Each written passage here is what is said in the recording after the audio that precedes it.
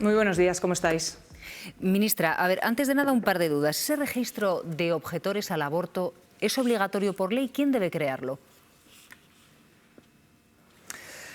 Bueno, ese registro es obligatorio por ley, como todo el mundo sabe, pero es que además hay una sentencia del Tribunal Constitucional que dice que ese registro lo que hace también es amparar a aquellos objetores que quieren objetar, porque en la cartera de servicios del Sistema Nacional de Salud está, como no, la interrupción voluntaria del embarazo, y la única manera también de proteger los derechos de aquellos que no quieren realizarlo es que estén de manera activa y de manera voluntaria, individualmente en un registro para ejercer su derecho a la objeción, lo cual no puede colisionar con el derecho a las mujeres a abortar en la sanidad pública, que es lo que la señora Ayuso está intentando hacer. No es solamente un enfrentamiento con el enésimo enfrentamiento con el Gobierno central, es un enfrentamiento directo con las mujeres, con los derechos de las mujeres, ¿no? Decía ella que saliera el Gobierno central de su cabeza, hay que verlo, pero lo que sí que tiene que salir ella es de los cuerpos de las decisiones y de la vida de las mujeres, que no sé qué le pasa a esta señora con las mujeres, que ha emprendido ese enfrentamiento y esa cruzada sin sentido. En el caso de Madrid, usted, ministra, ¿a quién dirigió su requerimiento formal? ¿Lo dirigió a la Consejería de Sanidad o al Consejo de Gobierno? Lo dirigimos al Consejo de Gobierno, porque es el Consejo de Gobierno, es la Consejería y es el Gobierno el que tiene que hacer ese registro, el que tiene que cumplir la ley. Es la señora Ayuso la que dijo que ella no iba a cumplir la ley, que las mujeres nos fuéramos a abortar a otro sitio. Por cierto, la Comunidad de Madrid sí que tiene un registro de objetores de conciencia con respecto a la ley de eutanasia, ¿no? Con total normalidad. Y no es la primera ley que la señora Ayuso se salta, ¿no? Hablamos de la ley de vivienda, la ley de memoria histórica. Bueno, esto no es un buffet de leyes que se cumplen y que no se cumplen. Lo que está atacando la señora Ayuso es no solamente a las mujeres, no solamente al Gobierno central, sino también al Estado de Derecho. Esto de que esta ley la cumplo, esta no, como si pudiera elegir cuáles son las leyes que se cumplen y las que no, y sobre todo poniendo en el centro nuevamente, que esto además es una deriva ultra, esto no es solamente la señora Ayuso, ¿no? A lo largo y ancho de todo el panorama político ultra internacional hay una obsesión con intentar cercenar los derechos de las mujeres y volver a poner a las mujeres en el centro de esos ataques ultras, ¿no? Así que usted, ministra, va a llevar este asunto a los tribunales. ¿Cuáles van a ser los siguientes pasos que va a dar, que le quedan por delante, y en qué plazo se están moviendo? Bueno, lo que nosotros hemos hecho es iniciar un procedimiento en el cual la Abogacía del Estado tiene que presentar ese recurso contencioso administrativo y es la abogacía, ahora está en manos de la Abogacía del Estado, que tiene 2 meses para decirle a la señora Ayuso una cosa muy sencilla, que en este país se cumple la ley y que los derechos de las mujeres no se tocan, que son sagrados, y que los derechos conquistados de las mujeres son sagrados, las leyes son sagradas, y que pues esta especie de rebeldía de la señora Ayuso contra el Estado de Derecho, contra la democracia, contra las mujeres, contra el Gobierno central, pues en algún momento hay que ponerle freno, ¿no? Porque creo que lo que está, como decíais antes, no solamente está perjudicando la imagen del propio Gobierno de la Comunidad de Madrid, está perjudicando también esa deriva ultra que está teniendo, a la que está arrastrando a todo su partido, a todo el Partido Popular, ¿no? Porque el resto de consejeros y consejeras, el resto de gobiernos han dicho lo básico, y es que en este país se cumple la ley. Ministra, en el caso de Madrid, ¿cómo describiría usted la brecha que hay hoy en día entre los abortos que se practican en la sanidad pública y en la sanidad privada de esta misma comunidad? Lo describiría como un bloqueo sistemático al derecho de las mujeres a poder abortar, a poder interrumpir voluntariamente su embarazo en el lugar donde tenemos más confianza, en el lugar donde depositamos nuestra información y nuestra confianza a la hora de tener cualquier acto médico, ¿no? Cualquier procedimiento médico. Hay que recordar que hay comunidades del Partido Popular donde más del 70% de los abortos se realizan en la pública.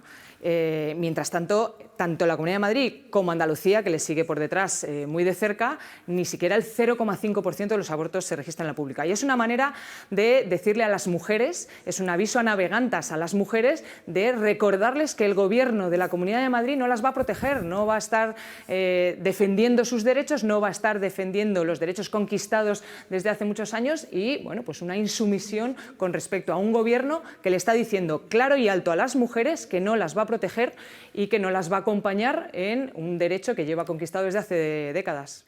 Me gustaría, ministra, que abordásemos también el escándalo de los casos de los cribados en Andalucía, de momento. Ahora también le preguntaré por todo eso. Usted, después de reunirse con las comunidades autónomas, ¿qué datos concretos de los cribados de cáncer deben remitirle a ustedes, al Ministerio de Sanidad, y en qué plazos deben hacerlo las comunidades autónomas?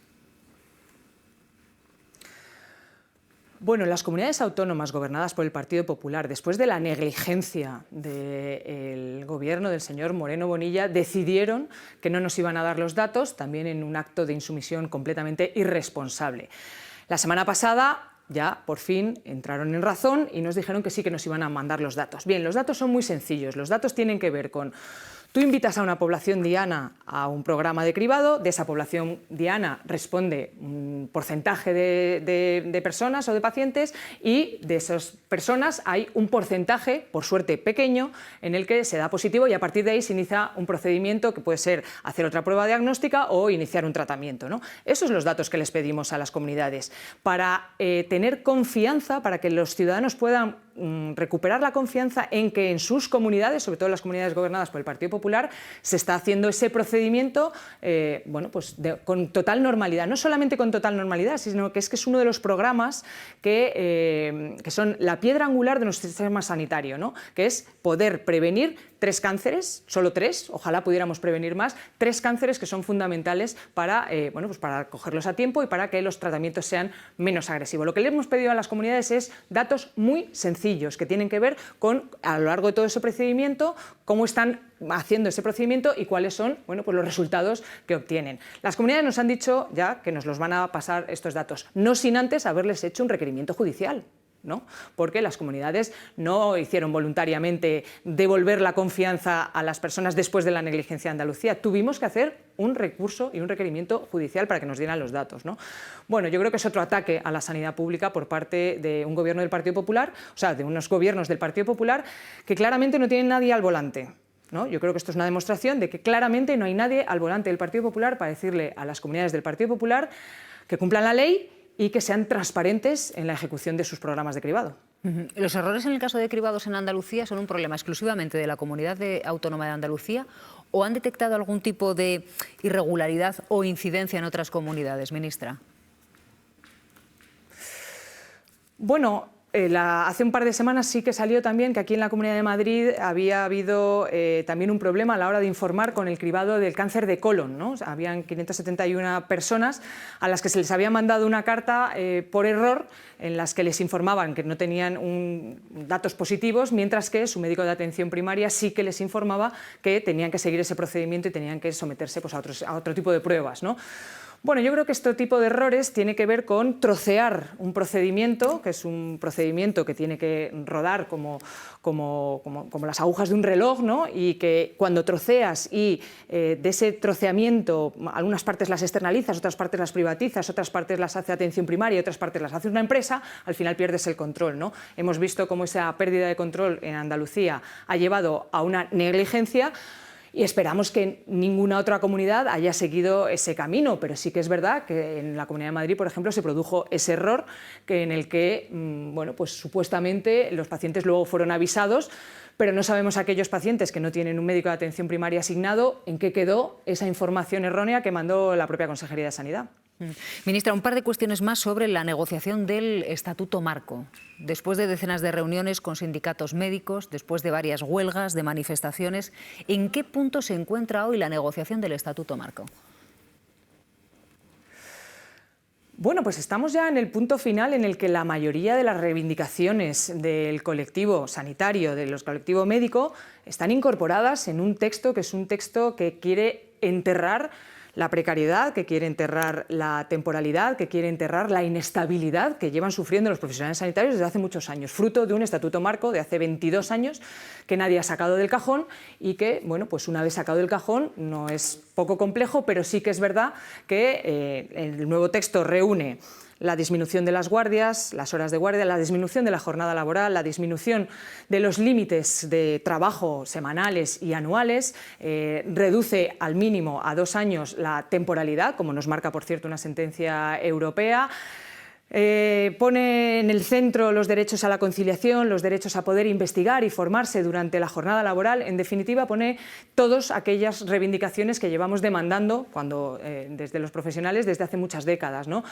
Hay algunas reivindicaciones por parte de algunos colectivos, algunos profesionales, que yo creo que son inasumibles, ¿no? Como que enterremos este estatuto marco y hagamos solamente un estatuto que solamente se dirija a los médicos y médicas, ¿no? Para que solamente puedan tener ellos y ellas la capacidad de negociar con las diferentes consejerías, ¿no? Yo creo que esto es inasumible, no hay ningún partido político tampoco que lo defienda, ni ninguna comunidad que lo defienda, y yo creo que es el momento, es la oportunidad de mejorar las condiciones laborales de los profesionales en nuestro sistema sanitario después de 22 años sin haber sido tocadas ni evaluadas. Es decir, ministra, ¿usted en ningún momento se plantearía retirar ese borrador y empezar de cero negociando un nuevo texto con los médicos?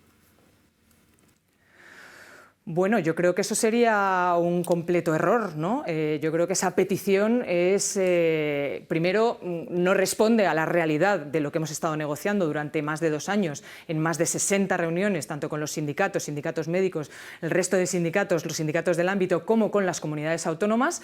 Sería un gravísimo error, porque eso supondría que en un sistema sanitario le diéramos prioridad de alguna manera a un colectivo que está incluido en el Estatuto Marco, que incluye a todos los colectivos, ¿no? En el Estatuto Marco del Sistema Nacional de Salud hay un capítulo específico para los médicos, sin embargo, en un estatuto propio de los médicos no entra el resto del Sistema Nacional de Salud, con lo cual yo creo que es una reivindicación que es inasumible. Y ellos lo saben, no solamente lo saben, sino que, vuelvo a insistir, no hay ni una sola comunidad que lo apoye, no hay ni un solo partido político que apoye esa demanda. Por eso yo creo que es inasumible. Ahora bien, creo que el Estatuto Marco del año 2025, que espero que se apruebe en el año 2026, viene a solucionar la gran mayoría de los problemas de precariedad, de inestabilidad que han sufrido los profesionales sanitarios en los últimos 20 años. Ministra, es que, mire, se lo pregunto, sabe usted que el sector sanitario nos interesa muchísimo a todos los españoles. Y lo que estamos escuchando por parte de los sindicatos médicos es que hay jornadas que están encajando y que son inasumibles y que sus guardias están muy mal pagadas. Entonces, si el Estatuto Marco se aprueba tal cual está hoy, ¿qué mejora tangible va a notar un médico en su día a día? Pues mira, muy sencillo. Un médico en su día a día va a notar que va a tener límites al número de guardias que va a hacer, va a tener límites a las horas de guardia que va a hacer, de 24 a 17 horas, va a tener límites a la hora de la jornada semanal, como marca Europa. Es más, nos hemos ido más abajo de Europa, que marca 48 horas y nosotros marcamos 45. Ahora bien, es que las retribuciones y otra serie de condiciones laborales no las marca el Estatuto Marco, las marcan las comunidades autónomas, y esto lo hemos dicho por activa y por pasiva. Hay comunidades que remuneran bien a sus profesionales y hay comunidades que remuneran mal a sus profesionales, tanto la hora de guardia como el resto de complementos que dependen de las comunidades. El Estatuto Marco, si nos ponemos en términos futbolísticos, es el que marca las normas, el que marca el área, lo que es gol, lo que es penalti, pero luego cómo se disponen los jugadores, cómo pagan a los jugadores y cómo arbitra el árbitro, eso lo ponen las comunidades autónomas. Entonces no hay que confundir el Estatuto Marco como el Estatuto de los Trabajadores o como el Estatuto Básico del Empleado Público, ¿no? Marca los mínimos comunes que tienen que cumplir todos los territorios para que haya un mínimo de descanso para todos los profesionales, para que haya un mínimo de horas, para que haya también un máximo de jornada laboral y de jornada de guardia. Todo eso es lo que marca el Estatuto Marco. Ahora bien, son las comunidades autónomas las que tienen que garantizar esas condiciones laborales que hagan, bueno, pues lo primero, retener el talento, y luego que no haya estas diferencias entre unas comunidades autónomas y otras. Y por eso hay en muchas de las reivindicaciones de los profesionales,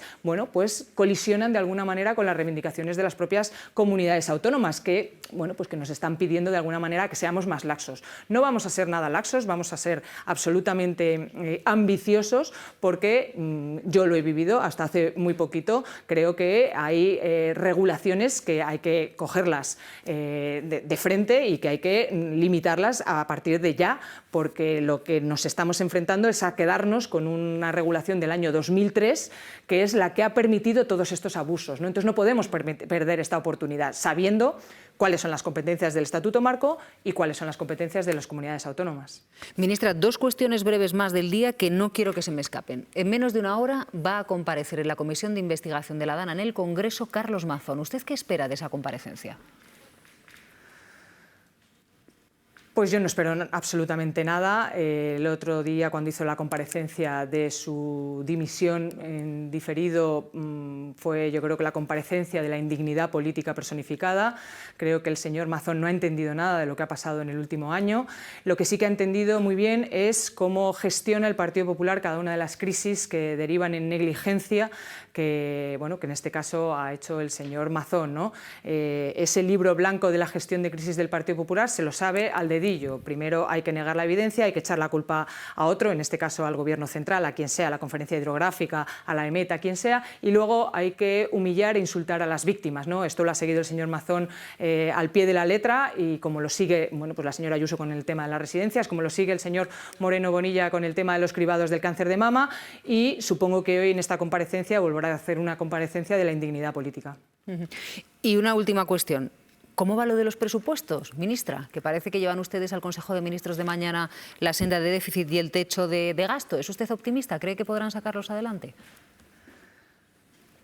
Yo soy una optimista irredenta, porque los presupuestos no dejan de ser la receta actualizada de las prioridades que tiene que tener este país, ¿no? Y eso se refleja en unos presupuestos que no son solamente los presupuestos del Gobierno, son los presupuestos de la ciudadanía, son lo que necesita la ciudadanía para seguir avanzando, para seguir mejorando, para seguir impulsando la economía de este país, para seguir haciendo todas las políticas públicas que están haciendo, bueno, pues que estemos ahora mismo en un momento en el que nos podemos sentir orgullosos, ¿no?, de nuestro país, y estamos orgullosos de lo que está realizando y las metas que está consiguiendo nuestro país. En este sentido, yo soy optimista, porque creo que sería, bueno, una mala señal también para la ciudadanía el que estuviéramos peleándonos, ¿no?, por definir cuáles son las prioridades. Yo creo que las prioridades son muy claras en este momento, ¿no?, y esas prioridades se plasman en la receta que es los presupuestos generales del Estado. Vamos a hacer todo lo posible, como siempre en todas las leyes desde el Gobierno, vamos a sudar la camiseta, vamos a hacer todo lo posible para tener las mejores cuentas públicas en el mejor momento que está viviendo nuestro país.